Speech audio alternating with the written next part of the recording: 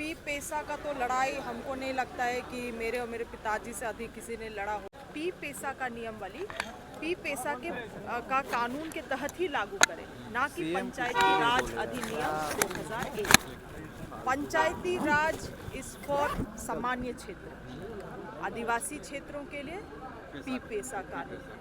तो आप उस कानून को अगर हम लोग लाएंगे, उस नियमावली को लाएंगे तो इस कानून के तहत ही लाएंगे।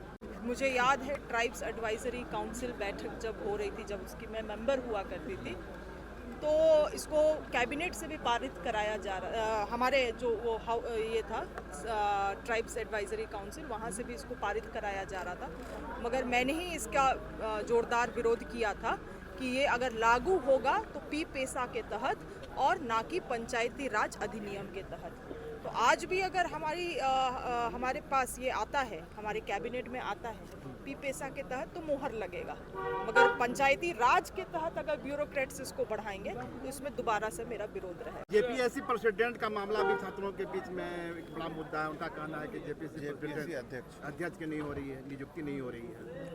देखिए, इन सभी पदों में आपको बहुत जिम्मेवार व्यक्ति बैठाना पड़ता है।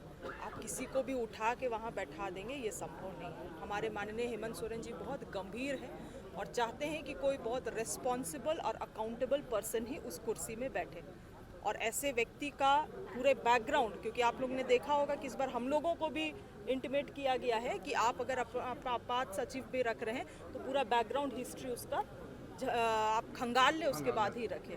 तो इसीलिए उस पद में व्यक्ति अगर बैठेगा तो बहुत जिम्मेवार व्यक्ति होगा, और हमारे माननीय मुख्यमंत्री उनको पूरा तरीके से खंगालेंगे, उसके बाद ही उसका नाम दिया जाएगा। अब जिस मांडर विधानसभा का हम नेतृत्व करते हैं, आज अगर आप हमको पूछ दीजिएगा मैडम कितने वोटर हैं, और उस सवाल का अगर हम जवाब ना दे पाए तो मेरे विधायकी में सवाल उठेगा ना।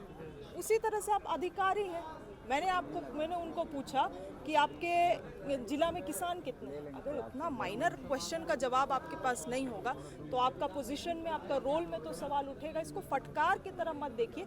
ये जो समीक्षा बैठक था, मैं चाहती थी कि ये महज एक औपचारिकता बैठक ना बने, इसको हम लोग समझने का प्रयास करें कि हम कितने पानी में हैं, है ना। वो चीज़ों को रिव्यू करने के लिए बैठक रखा गया था, और मुझे लगता है अधिकारी इस चीज़ों को समझे भी है और इस विभाग को गंभीरता से लेते हुए, हमारे किसानों को गंभीरता से लेते हुए काम करें। कैबिनेट दिशा निर्देश आपने दिया है अधिकारियों को बैठक के बाद?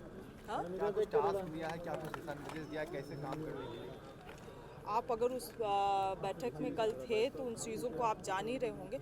मेरा केवल इतना कहना है कि अगर आप कृषि विभाग से, पशुपालन से, सहकारिता से संबंधित अगर आप अधिकारी हैं, तो पहले तो इस राज्य के लोग, यहाँ के किसान आपके प्राथमिकता होना चाहिए। उठते सोते जागते हम किसानों को कैसे बेहतर बनाएं, इस राज्य को कैसे आत्मनिर्भर बनाएं, यही हमारा मोटो होना चाहिए, और इसी दिशा में उनको काम करने के लिए निर्देशित। कैबिनेट बैठक के पहले देखा गया, आप खासकर आपके मंत्रालय में समीक्षाओं का एक लंबा दौर चला, आप लगातार और भी लोग। देखिए, जब तक विभाग को आप समझेंगे नहीं, आप कैसे उस चीज़ों में ये कर सकते हैं। प्लस हमारे माननीय हेमंत सोरेन जी ने हम सभी माननीयों को निर्देशित भी किया है कि पहले तो 2 महीना 3 महीना में अपने विभाग को समझ लीजिए आप, उसके बाद हम कुछ एक्शन में आएंगे। तो वही हम जो उन्होंने हमें टास्क दिया है, वही टास्क को हम मैया सम्मान योजना की राशि कब आने जा रही है? बहुत जल्द, बहुत जल्द, बहुत जल्द, इसी महीने में।